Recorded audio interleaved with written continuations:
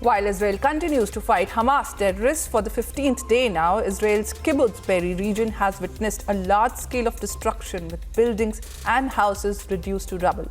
Here's an exclusive report while our colleagues Alicia and Gursimran, who are currently covering all the war updates in Israel. Take a look.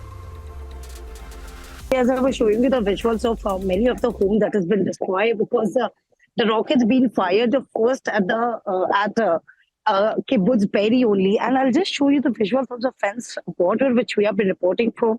And while before coming here, IDF has given all the information about it. This was the same place. As you can see, the fence has been completely broken here, and this is because the Hamas terrorists who entered, half of them have come from the paragliding, and others have came from the same border. As we have been reporting from the same border, this is the Gaza Strip, where Republic has been reporting from, and from the same French, they have broken the French, and then they have entered to kibbutz Be'eri, where they started open firing on the people, started firing rockets. Many of the houses have been destroyed. The visuals on your screen is of the IDF, which have taken all the area here. It's a remote area of kibbutz Be'eri, where we have been reporting from. Earlier, we showed the visuals of all the tank that has already been placed here, and they have been ready for any war. But earlier, we saw that it was a fence where all the Hamas terrorists which enter the kibbutz Be'eri, and they started open firing. Not only this, but the rockets have also been fired from the Gaza Strip by the Hamas terrorists towards the kibbutz Be'eri. This is the first area. The kibbutz Be'eri was largely hit.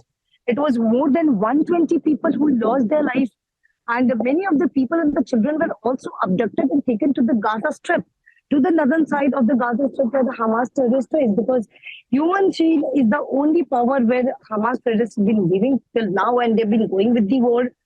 And we know that Israel has already been given an ultimatum and clear message even to the Hamas terrorists, mentioning that the people should be, the captives should be relieved, and there will be no humanitarian aid that will be given to the Hamas territory until and unless the captive are being released.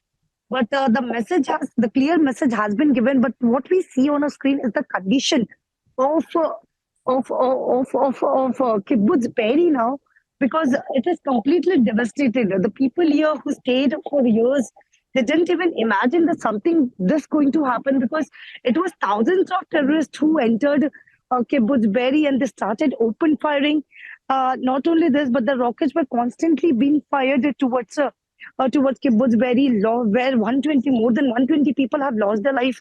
But now the entire area has been taken back by the IDF, because earlier it was Hamas terrorists. They came in with the 3 motorcycles that has been intercepted, and there were also bullets. And what we even saw, there were bullets. There were bullet magazine that has been still laying down. The condition of the street, you can see as well on the screen as well what is the real condition, because in the beginning on October 7th, it was around 6:30 a.m.